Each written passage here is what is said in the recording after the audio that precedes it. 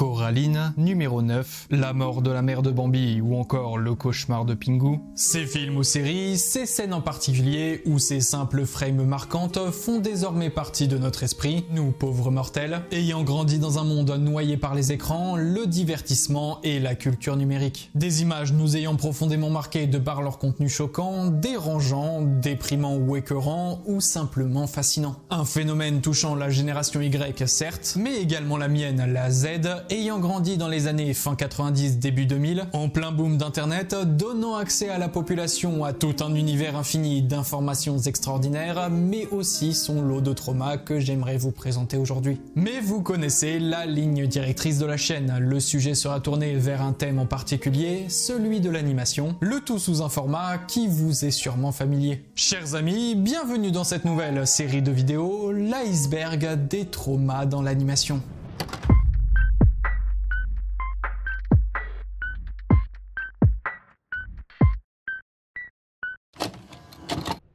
Hey, bonjour à tous, j'espère que vous allez bien. Alors, dans un premier temps, j'aimerais vous annoncer qu'en ce mois de février de 2025, la chaîne a enfin atteint les 50 000 abonnés. Eh ben, après 3 ans et 3 mois d'existence, il était temps. Avons-nous atteint notre plafond de verre ou est-ce le début d'une nouvelle aventure à venir? Seul l'avenir nous le dira. En attendant, si vous débarquez sur la chaîne, pensez à vous abonner si ça n'est pas déjà fait. Bien, vous avez vu le titre et la miniature, vous savez donc de quoi la vidéo va parler. Le concept de l'iceberg est très connu sur internet, surtout aux États-Unis. Celui-ci a naturellement trouvé sa place en France grâce à des sites comme 4chan ou Reddit, mais aussi YouTube, avec comme grande référence pour cette vidéo la chaîne de Feldup et sa trilogie de vidéos sur les traumas de la génération Z. Énorme respect à lui et à son travail que j'adore. Bref, le concept est simple. Prenons cette image d'iceberg et associons chaque partie de cette image en plusieurs catégories distinctes. Le ciel, la surface, les eaux claires, les eaux sombres et enfin les abysses. Chacune de ces catégories représente un stade plus ou moins avancé de trauma, d'éléments choquants ou encore d'œuvres inconnues, oubliées, trop niches ou à ne surtout pas montrer aux personnes les plus sensibles. Ainsi, je découperai cet iceberg de la manière classique, telle que je vous l'ai décrit, mais divisé en 4 vidéos pour rendre la chose plus digeste et aussi me permettre plus de temps de réalisation de celle-ci. Si j'avais fait tout d'un bloc entier, la vidéo aurait sûrement dépassé les 3 heures et vous n'auriez pas eu de mes nouvelles avant le mois prochain. Mais sur ce, ne perdons pas une minute de plus. Chers amis, plongeons-nous tous ensemble dans cet univers sombre de détresse et de perdition à travers notre iceberg des traumas dans l'animation. Générique.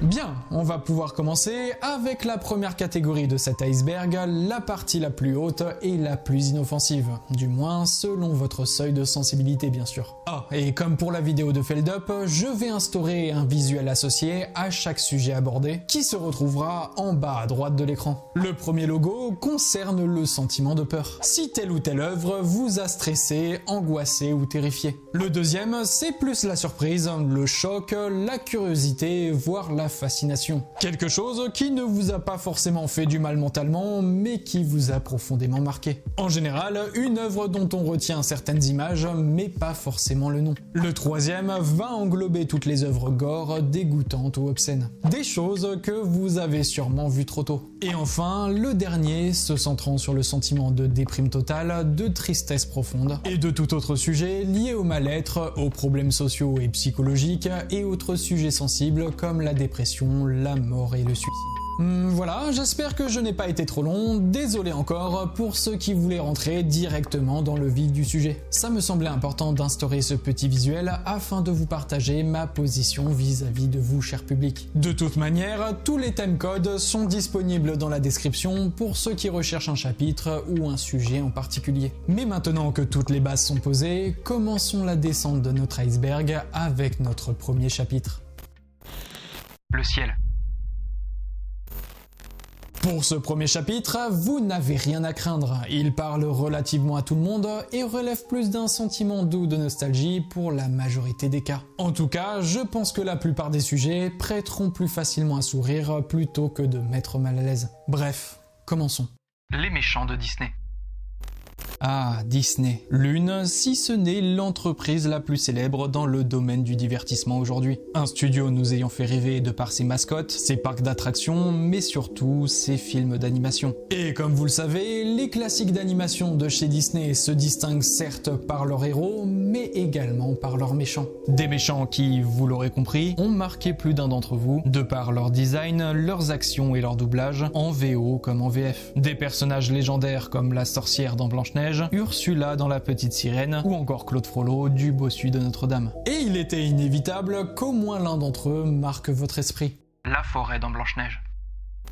Je profite d'avoir introduit le ciel par Disney pour parler à nouveau de Blanche-Neige. Si une scène du film a particulièrement retenu l'attention du public, c'est bien celle où Blanche-Neige tente de fuir le chasseur, se retrouvant seule et perdue au fin fond d'une forêt lugubre, où les arbres morts semblent la regarder avec insistance. Ça peut prêter à sourire aujourd'hui, mais on imagine très bien le sentiment d'inconfort dans la salle de cinéma quand il a été diffusé pour la première fois en 1937.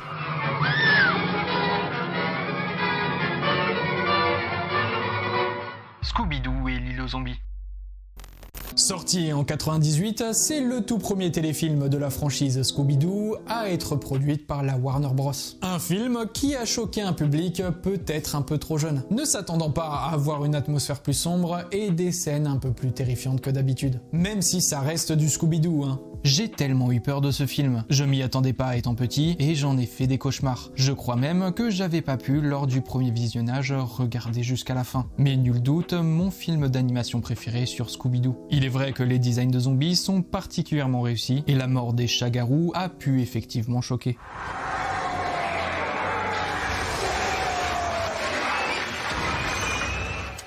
Le monde de Nemo. On a presque tous visionné ce chef-d'œuvre des studios Pixar sorti en 2003, mettant en scène Marin accompagné de Dory cherchant son fils Nemo dans l'immensité de l'océan. Un film aux nombreuses prouesses techniques, nous offrant de sublimes visuels de récifs coralliens, poissons en tout genre, mais également son lot de créatures plus ou moins surprenantes, voire flippantes. C'est le cas de Bruce, le grand requin blanc. À première vue imposant mais chaleureux, il se révèle agressif et incontrôlable lorsqu'il renifle l'odeur du sang. Une scène qui n'a pas dû aider les spectateurs déjà terrifiés par les requins. That's good. Il y a également la scène du poisson abyssal, une créature complètement déchaînée et absente de tout caractère humanisant, comme c'est le cas pour nos protagonistes. Un avant-goût de ce qu'on peut réellement trouver dans les profondeurs de nos océans. Force à tous les thalassophobes. Et enfin, la scène ayant marqué tout le monde, et ce dès le début du film avant même la musique d'ouverture, l'attaque du barracuda.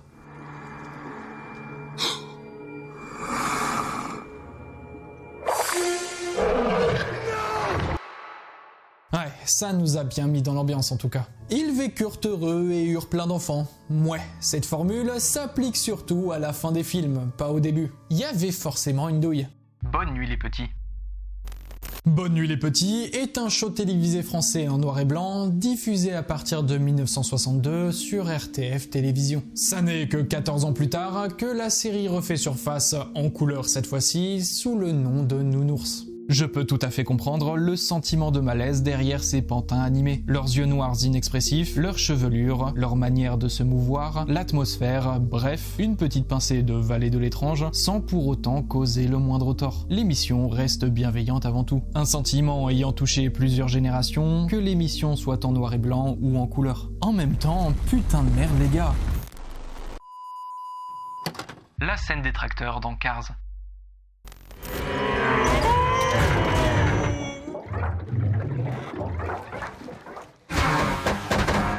Et il est un peu drôle celui-là, fallait que je le mette. Et là, vous allez me dire qu'il n'y a rien de spécial dans l'extrait que j'ai mis. Oui, je sais, c'est après que les choses se gâtent. Lui et son rugissement de taureau, faisant fuir nos héros et foutant la pétoche aux mômes par la même occasion. Sacré design en tout cas, je salue le travail réalisé sur ce personnage. That's Frank.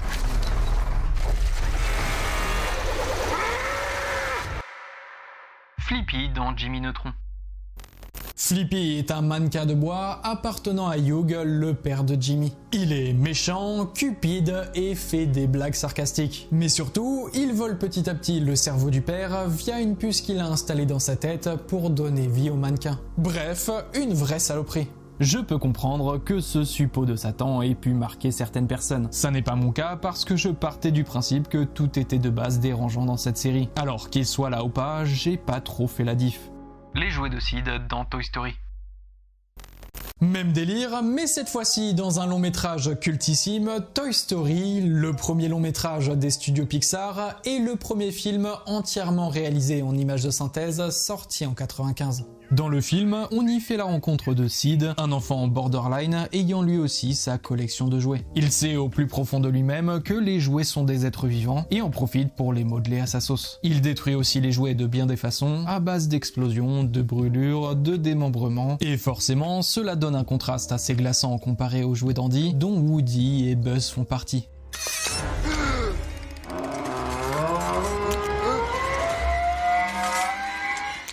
Les Silly Symphonies.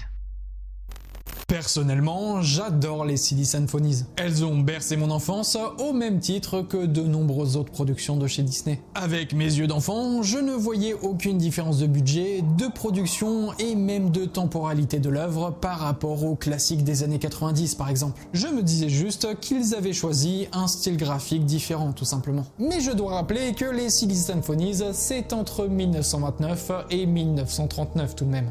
Avec ces courts-métrages inspirés de contes populaires, on a eu le droit de voir sur nos écrans le vilain petit canard, le lièvre et la tortue, ou encore le joueur de flûte. Mais parmi toutes ces créations, certaines ont retenu l'attention pour leur ambiance différente ou leur personnage emblématique. Le tout premier court-métrage sorti en 1929, appelé La Danse Macabre, marque effectivement le coup de par son thème lié à l'épouvante.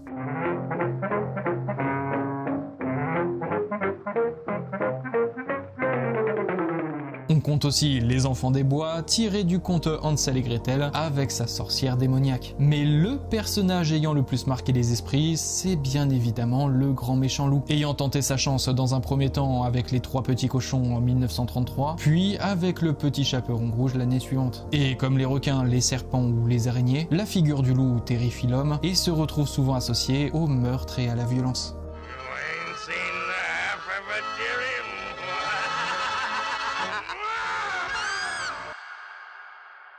La mort d'Edwin dans Chicken Run.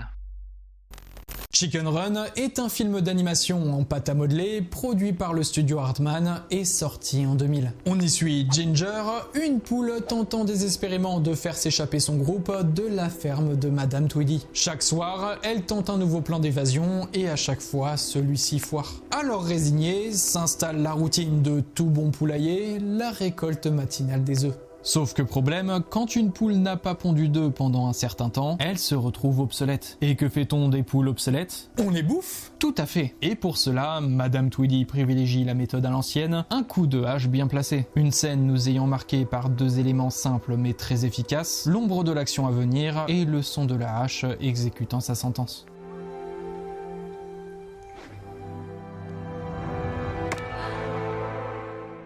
J'ai pris cette scène en particulier, introduisant le sort funeste de nos poules, mais j'aurais pu très bien parler d'autres éléments du film, comme les chiens de Monsieur Tweedy, ou encore la fameuse machine à tourte, plongeant nos héros dans une sorte de pâte gluante et brune absolument perturbante. Chapi Chapeau. Alors lui, il va aller très vite, c'est juste le générique de Chapi Chapeau.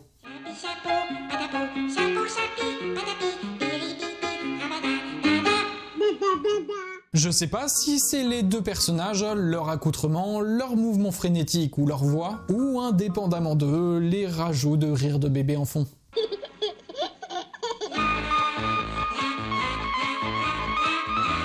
Mais ce générique a marqué des gens. En mal, je sais pas, mais il reste encore dans certains esprits, et je suis sûr qu'une vague de nostalgie a dû vous traverser si vous avez connu ce dessin animé quelque peu oublié.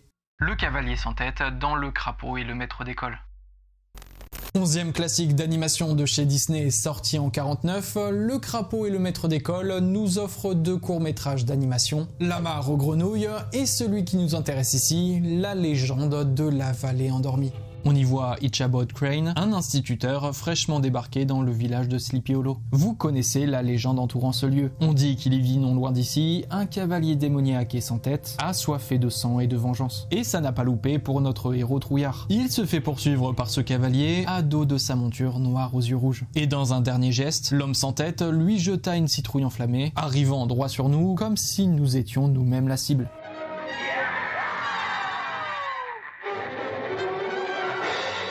Ça peut effectivement être surprenant en tant qu'enfant. Je vois bien certains parents mettre leurs gosses devant cette cassette en pensant qu'il s'agit d'un énième Disney à base d'animaux mignons. Et non! Le générique de Il était une fois l'homme.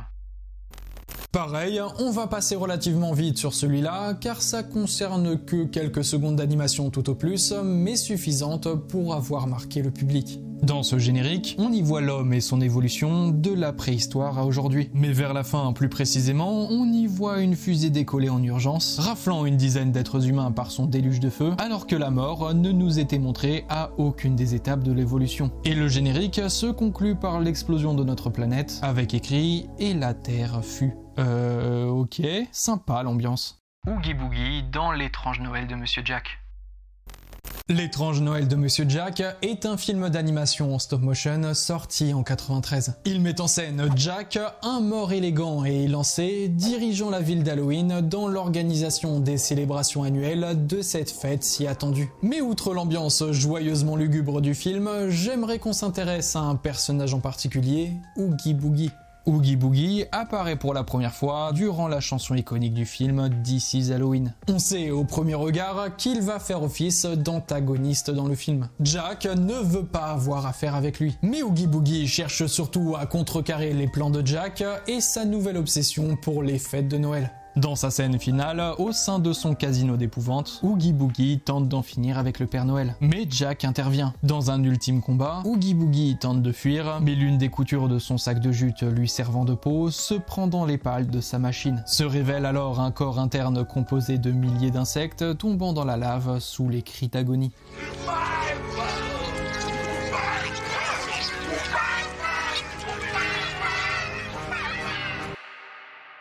Les doigts de Max dans Arthur et les Minimoys.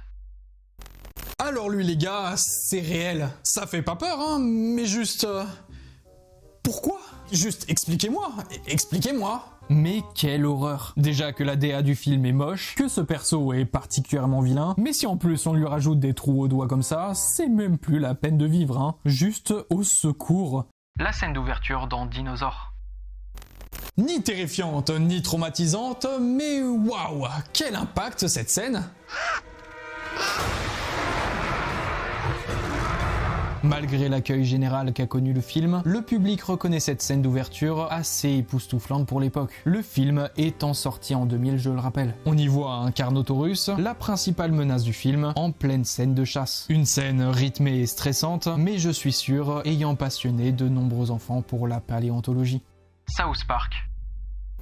Évidemment South Park. Comment cette série aurait pu ne pas figurer dans cet iceberg? Alors, la série est à but humoristique, ça vous le savez très bien. Mais l'humour peut parfois flirter avec l'indécence, l'irrespect et le choc. South Park n'a pas non plus traumatisé toute une génération de gamins, qui n'est pas censé de base regarder ce genre de dessin animé. Mais certains épisodes nous ont quand même marqués. Je ne vais pas tous les citer car on y passerait toute la journée. Mais on est très nombreux à avoir retenu de nombreux éléments graphiques comme les énormes couilles de Randy, Monsieur Hanky, les innombrables morts horribles de Kenny ou encore cet épisode légendaire Make Love Not Warcraft. Ça, on est nombreux à s'en souvenir tellement la scène de Cartman nous a choqués. Oh, that's a big boy, isn't he? Le singe à cymbales dans Toy Story 3. Sorti en 2010, ce personnage secondaire n'a pas forcément marqué ma génération, mais plus celle d'après. Après, encore une fois, tout dépend de la sensibilité de chacun. Mais juste regardez-le bien dans les yeux. Inspiré d'un jouet bien réel appelé Musical Jolly Chimp, fabriqué à partir des années 50, ce jouet mécanique représente un singe en peluche avec des yeux globuleux et des cymbales qui l'entrechoquent. Posté devant les caméras de surveillance, il hurle dans les haut-parleurs si un jouet tente de s'évader. Et c'est ce hurlement qui a glacé le sang de nombreuses personnes. Sans parler de sa tête constamment en alerte. Un vrai cauchemar.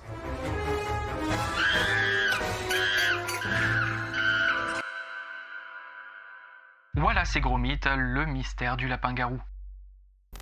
J'ai toujours adoré Wallace et Gromit, et ce film-là figure parmi mes préférés de la franchise. Alors, quand je l'ai vu mentionné parmi vos traumas, j'ai été un peu surpris parce que la transformation en lapin-garou est plus drôle que choquante, je trouve. Regardez-le, il n'est pas tout mignon avec ses poils là. On a envie de le câliner, pas de le fuir.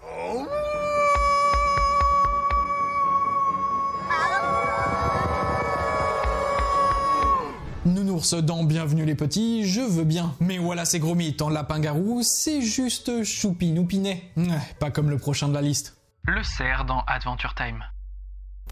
Adventure Time est une série d'animation qui vit le jour en 2010 et qui s'est très vite imposée dans la culture populaire comme une œuvre culte et marquante. En soi, la série est assez psychédélique, joue sur les déformations, les visages très expressifs, des sons et des voix étranges, bref, un dessin animé sortant de l'ordinaire. Et parmi tous ces personnages ou en couleur, il y en a un qui n'a pas fait plaisir à notre santé mentale, le cerf.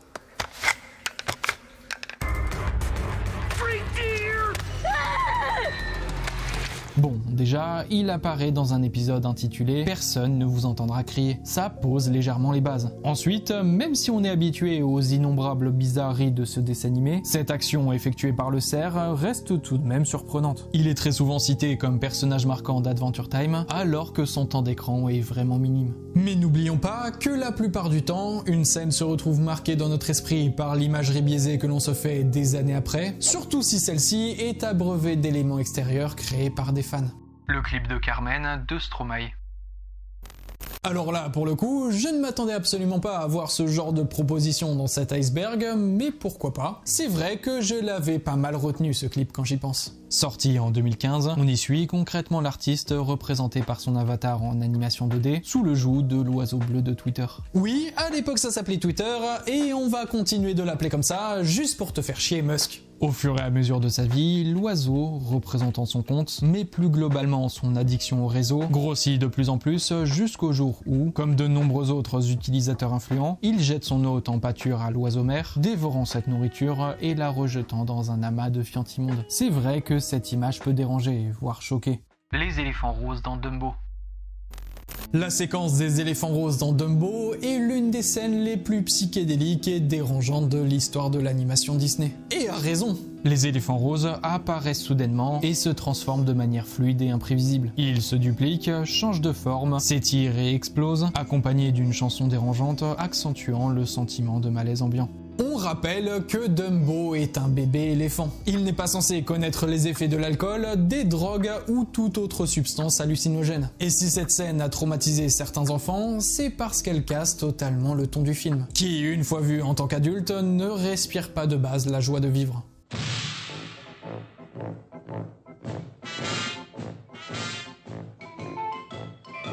Mewtwo contre-attaque. Mewtwo contre-attaque est le tout premier long métrage de l'univers Pokémon sorti en 98. On y suit des chercheurs ayant trouvé un fossile du Pokémon légendaire Mew. Ils décident de le cloner en une version plus puissante et destructrice appelée Mewtwo. Celui-ci, ne voulant pas servir de cobaye, déchaîne sa rage et abat froidement les scientifiques. Mais ça n'est pas la scène la plus marquante du film, loin de là. Mewtwo souhaite dominer le monde en attirant un maximum de Pokémon afin de les cloner à son tour et ainsi constituer une armée. Mais Mew s'oppose à lui dans un combat épique. Sacha, le héros de l'histoire, décide de s'interposer au beau milieu des attaques dévastatrices de Mewtwo et Mew. Face à une telle puissance, il se retrouve changé en pierre. Et nous, spectateurs, on était presque sans voix face à cette scène. Le corps de Sacha inanimé au sol, le visage en pleurs de Pikachu, toutes ces images nous ont marqués à jamais. Thomas et ses amis. Thomas et ses amis est une série d'animation britannique diffusée entre 1984 et 2021. Cette série pour enfants met en scène les aventures de Thomas, une locomotive anthropomorphe, et de ses amis, trains et véhicules divers, sur l'île imaginaire de Sodor. Thomas le train est, comme vous le voyez, particulier dans son design. C'est pas tous les jours que l'on croise une locomotive avec un putain de visage incrusté dessus. Mais s'il a duré aussi longtemps, c'est qu'il a autant fasciné qu'effrayé. Je soutiens tout de même qu'il me paraît plus pervers qu'amical. C'est pas pour rien que des tonnes de fanart et fangames d'horreur se sont faits autour de lui. Futurama, Jurassic Park. Futurama, série culte d'animation par le créateur des Simpsons, Matt Groening, nous a régalé par ses personnages drôles et décalés, ses épisodes épiques, pleins d'action et d'humour, jusqu'au jour où l'un de ces épisodes ne nous a plus fait rire du tout, bien au contraire. Dans le 7e épisode de la saison 4, intitulé Jurassic Park, on suit Fry retrouvant des restes fossilisés de son chien, vivant avec lui lorsqu'il vivait à son époque en 99. Il veut dans un premier temps ramener à la vie son compagnon fidèle, mais au cours de l'épisode, de nombreux facteurs vont le convaincre d'y renoncer, pensant qu'après tout, il a dû avoir une belle et longue vie sans lui. La dernière scène est un flashback qui nous montre en accéléré l'interminable attente du chien devant la pizzeria, perdu sans son maître, espérant chaque jour son retour. Et au fil des ans, seul, fatigué et amaigri, le petit chien finit par se coucher, repose sa tête et ferme les yeux pour toujours. Bon, vous l'aurez compris, cet épisode a globalement pris de court tout le monde par sa dureté et sa mélancolie. Et forcément, tout comme la peur, le sentiment de tristesse peut s'avérer extrêmement puissant pour nos souvenirs. Mais sinon, vous aurez sûrement reconnu la référence à une véritable histoire, celle du chien Hachiko, ayant l'habitude d'attendre son maître à la gare jusqu'au jour où celui-ci meurt sur son lieu de travail, faisant désespérément attendre le chien jour après jour, créant ainsi un phénomène autour de cette histoire. The Batman Zombie Apocalypse. On va parler cette fois-ci d'un des justiciers les plus connus et appréciés du public, Batman. Dans l'un des épisodes de la saison 4, intitulé Strange New World, on y suit comme à notre habitude les problématiques liées à la ville de Gotham. Mais cette fois-ci, la menace semble bien plus grave. L'ancien psychiatre en chef de l'asile d'Arkham et détenu actuel, Hugo Strange, a infecté toute la ville de Gotham avec un virus zombie qui, au bout de 48 heures, deviendra irréversible. La situation dégénère très vite. Le gaz vert se répand, transformant l'inspecteur Gordon, Robin, Batgirl et petit à petit l'ensemble des habitants de la ville. Mais tout semble n'être qu'au final une illusion. Un épisode plus sombre que d'habitude. Forcément, les zombies sont très graphiques, en particulier les personnages que l'on connaît. On voit Batman perdre espoir, voire carrément sombrer dans la folie, ce qui n'est pas très commun. Évidemment que cet épisode en particulier allait marquer le public. Donald Duck, Der Führer's Face. Der Führer's Face est un court-métrage de propagande produit par Disney en 1943 pendant la Seconde Guerre mondiale. Il met en scène Donald Duck dans une satire du régime nazi et sert avant tout de propagande au gouvernement américain pour soutenir l'effort de guerre. On y voit donc Donald travaillant comme un forcené pour le régime nazi, constamment surveillé et obligé de montrer son dévouement au Führer. Mais tout cela s'avère être un horrible cauchemar. Donald se réveille dans sa chambre à la déco patriotique américaine. Ce court-métrage aujourd'hui controversé dénonce le travail forcé, l'endoctrinement et l'oppression. Mais pourquoi controversé? Parce que Walt était connu pour ses opinions à ses limites, et il aura mis pas mal de temps avant de s'engager volontairement pour soutenir les forces alliées dans l'effort de propagande. Et en plus de ça, depuis quelques années, le court-métrage a été pas mal détourné pour discriminer Disney. Forcément, il est extrêmement facile de prendre des extraits sortis de leur contexte, puisqu'il s'agit de 90% du court-métrage avant la révélation finale. Bref, une œuvre assez marquante, ayant profondément laissé son empreinte au fil des années. Les Simpsons Horror Show.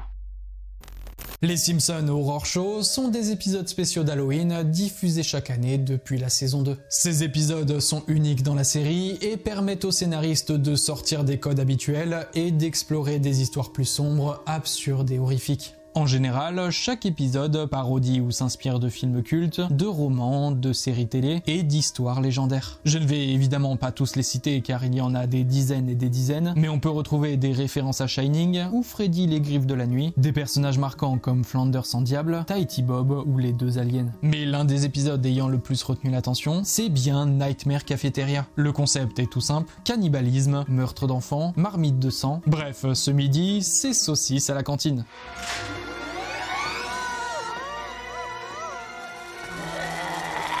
Après, les Simpsons, ça reste globalement gentillé. Mais ça peut être parfois très graphique et marquant quand t'es pas forcément préparé ou en âge pour voir ça. Mais les horror shows sont souvent les meilleurs épisodes et surtout les plus attendus de l'année par les fans.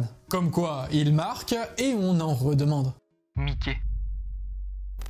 On va conclure notre premier chapitre de cet iceberg avec un dernier nom que vous connaissez tous, Mickey. Et oui, beaucoup diront qu'il n'a rien à faire là, et pourtant, Mickey a été une source d'angoisse chez de nombreuses personnes. On dirait pas comme ça, mais cette icône, de par sa popularité et surtout son ancienneté, a connu énormément de formes, de produits dérivés, de mythes autour du personnage, dont certains ayant interpellé les curieux. Ça ne reste évidemment que des creepypastas ou des images sorties de leur contexte, souvent modifiées, retouchées ou détournées. Mickey n'est pas un personnage mauvais de nature, mais il est vrai que certains aspects de sa personne, de ce qu'il renvoie, peut créer chez le public un certain malaise, surtout causé par le décalage des codes entre le 20e et le 21e siècle. La photo la plus connue et la plus dérangeante reste celle-ci. Une réunion du club Mickey Mouse en 1930 dans une immense salle de cinéma. Alors certes, je triche en parlant de costumes et de photos et non pas d'animation, mais les courts-métrages de Mickey ne sont pas exempts d'un possible sentiment de malaise, créant une aura autour de ce personnage.